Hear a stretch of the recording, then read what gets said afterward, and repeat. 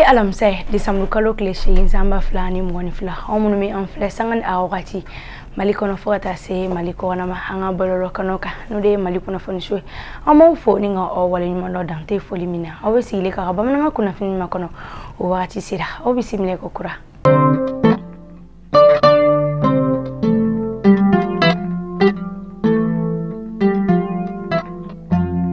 kuna fondamena sabia madam nanga jamana kono kibarula kadamne Desember kalo kle wolonvla fota se kle kono to masamba flani mboni fla sigira donka la jami miga ke makoro ka so mimi bamako ukona nasa nama woleko maison de zene ulasa sigira minu buku chasiri shu ani kle wala sa barake minu o so libese ga gelea bela jelema chuga mina o kungona nasa faso ka tomba o munye shine mesida bana o kelelima anyema kumi mami bolusa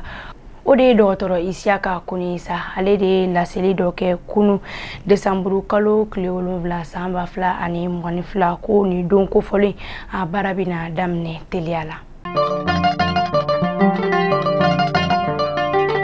si samse ka foko tare barsa ya ka foko balu olu songo biga ji doni balu firi yoro olu la kerengireni ala nyono plasi alela seneke fen toni chama odi biga ji ni wakati la ina foko nyo kaba malo fogata se show oluma ni wakati nasa kamyon chama ni fali miga ji ni suma ko fale nunasa jago kelaw olu nyekoro moko ujasuli yanuku latunu jago yala sa obiga ke wale mimiga jamana diun uluko ni joro kosebe ukum konna nasa uba nyini jamana nyema fe kuku bamba la kanata u fanfilala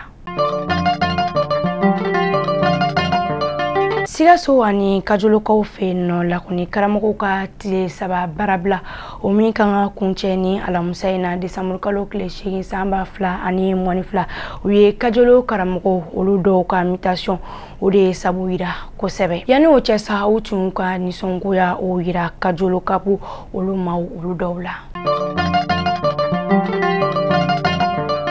ame bi kibaru datuni nga uka kuna fonye hae ka foko ga buru ferelaw oluko ni barabla ni wakati na wa buru yaretega soro nugayala ga uka feno buru glano ya ira ka foko farni ale songo de gelera kosebe ulasa sanu kolo konika la inite dore oluka siga buru soro nugaya ulasa mali buru glano ka jekulu toma wela ininge sa ulasa